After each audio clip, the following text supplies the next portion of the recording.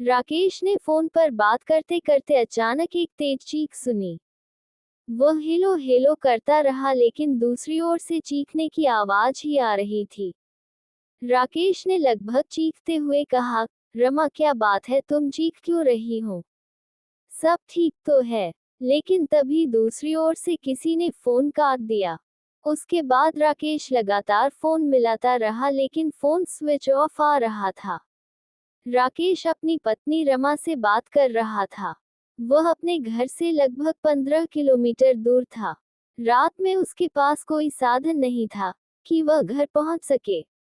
आखिर क्या हुआ होगा रमा के साथ जो वह इतनी जोर से चीखी थी? यही सोचकर परेशान हो रहा था। उसे कुछ समझ नहीं आ रहा था। वह अपना बैग लेकर बाहर सड़क पर आ गया। अंधेरी रात में सुनसान सड़क पर उसे कोई नहीं दिख रहा था। वह कुछ देर खड़ा रहा, शायद कोई सवारी मिल जाए, लेकिन जब कुछ न दिखा, तो वह अपने घर की ओर पैदल चल दिया। राकेश बहुत घबराया हुआ था। फिर एक जगह रुककर उसने दोबारा फोन मिलाया, लेकिन अभी भी फोन स्विच ऑफ था। सुनसान सड़क पर उसे चलते हुए डर भी लग रहा था। वहां स्ट्रीट लाइट बहुत दूर थी। बाकी सड़क पर अंधेरा था। तभी उसे किसी के रोने की आवाज सुनाई दी।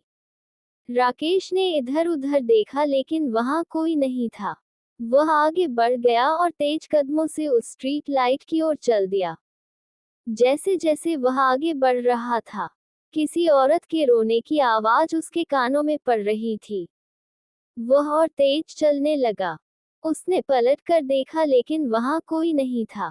वह और तेज चलने लगा, लेकिन ये क्या, वह जितना तेज चल रहा था, वह आवाज और तेजी से उसके कानों में आ रही थी।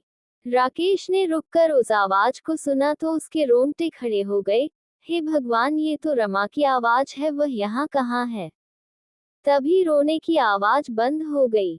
राकेश को लगा यह उसका वहम है। वह तेजी से आगे चलने लगा। तभी उसके कानों में रमा की आवाज आई, रुक जाओ राकेश, जहाँ तुम जा रहे हो वहां अब कुछ नहीं है। मैं यही हूँ तुम्हारे पास। राकेश जोर से चीखा, कहाँ हो तुम रमा, सामने आओ। और तुम इतनी जल्दी यहाँ कैसे आ गई? अभी तो तुम फोन पर बात कर रही थी। राकेश रुककर चारों ओर देखने लगा। तभी उसे फोन की याद आई। उसने अपना फोन निकाला और उस फ्लैश लाइट जलाकर इधर उधर देखने लगा। वह जोर से रमा रमा चिल्ला रहा था, लेकिन वहां कोई नहीं था। तभी फिर से रोने की आवाज आने लगी। राकेश को बहुत डर लग रहा था। वह तेजी से आगे चलने लगा। कुछ दूर जाने पर उसने देखा सड़क के किनारे एक पेड़ के नीचे सफेद साड़ी पहने एक औरत खड़ी थी। उसका मुंह पर लंबे लंबे बाल ढके हुए थे। वह रो रही थी। राकेश वहीं रुक गया। उसने जोर से कहा, कौन है वहां? वह औरत रो रही थी। राकेश ने उसकी आवाज पहचान ली। अरे रमा, तुम यहाँ कैसे? राकेश उसके पास जाने लगा लेकिन अचानक वह रुक गया। राकेश को एहसास हुआ कि यह रमा नहीं हो सकती। वह वहीं खड़ा हो गया। तभी वह औरत रोते हुए बोली, राकेश, मैं अब वहां नहीं हूं जहां तुम मुझे ढूंढ रहे हो। मेरे पास आओ। राकेश अपने होश हवास खो बैठा था। वह उस औरत की ओर चल दिया। पास जाकर उसने देखा उसके हाथ बिल्कुल काले थे। राकेश ने उसके पैरों की तरफ देखने की कोशिश की लेकिन वह अंधेरे में उसके पैर नहीं देख पाया। तभी तेज हवा के झोंके से उसके चेहरे से बाल हट गए। राकेश ने जैसे ही उसका चेहरा देखा उसकी चीख निकल गई। इस गहरे सन्नाटे में उसकी तेज चीख से पूरा वातावरण गूंज गया। भयानक काला चेहरा, लंबे दांत जिन पर खून लगा था, जैसे वह अभी किसी का खून पीकर आए हो। राकेश उसे देखते ही बेहोश होकर जमीन पर गिर गया। बंद होती आंखों से राकेश बस इतना ही देख पाया कि वह जोर जोर से हंस रही थी। राकेश की आंख खुली तो वह अस्पताल में बेड पर लेटा था। उसने उठने की कोशिश की लेकिन वह उठ नहीं पाया। उसके बदन पर कई जगह पट्टियां बंधी थी। राकेश ने देखा उसके हाथ पर प्लास्टर चढ़ा हुआ है।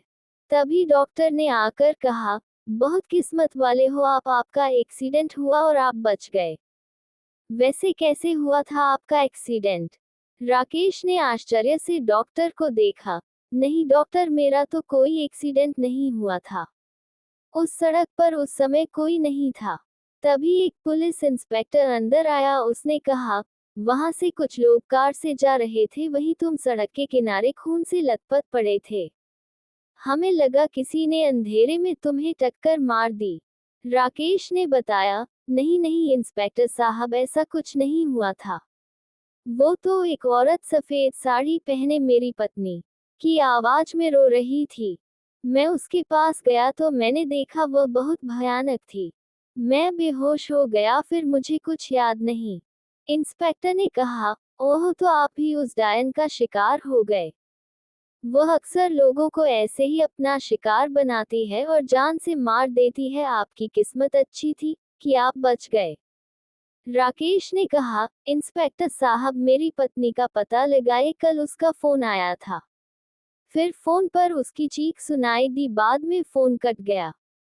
ये सुनकर इंस्पेक्टर ने कहा, आप उनका नंबर बताइए और अपने घर का पता भी बताइए, मैं किसी को वहां भेजकर पता करवाता हूँ। राकेश से पता लेकर पुलिस राकेश के घर पहुंचती है। वहां उसकी पत्नी का शव रखा था।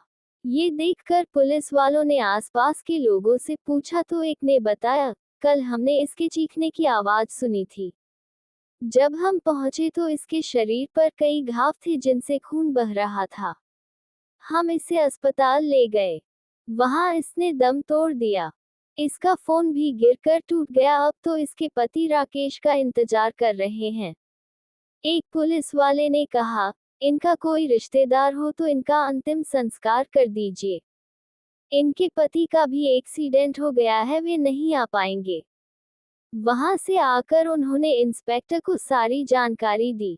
इंस्पेक्टर ने राकेश से बात की। राकेश, तुम्हारी पत्नी ठीक है, लेकिन हमने उसे तुम्हारे बारे में कुछ नहीं बताया। तुम ठीक हो जाओ तब अपने घर जाकर बता देना। ये कहकर इंस्पेक्टर बाहर चला गया। उसने डॉक्टर से कहा, इसकी पत्नी मर गई, लेकिन ये बात इसे मत बताना।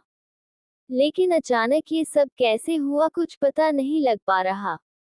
डॉक्टर ने कहा, इंस्पेक्टर साहब, ऐसे कई केस मेरे पास आते रहते हैं।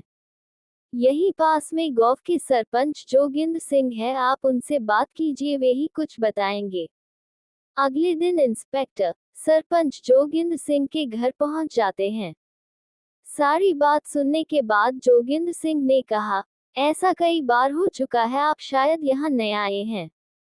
यह एक डायन है जो लोगों को अपना शिकार बनाती है। जब वह फोन पर बात कर रहा होगा तो उसने सुन लिया होगा।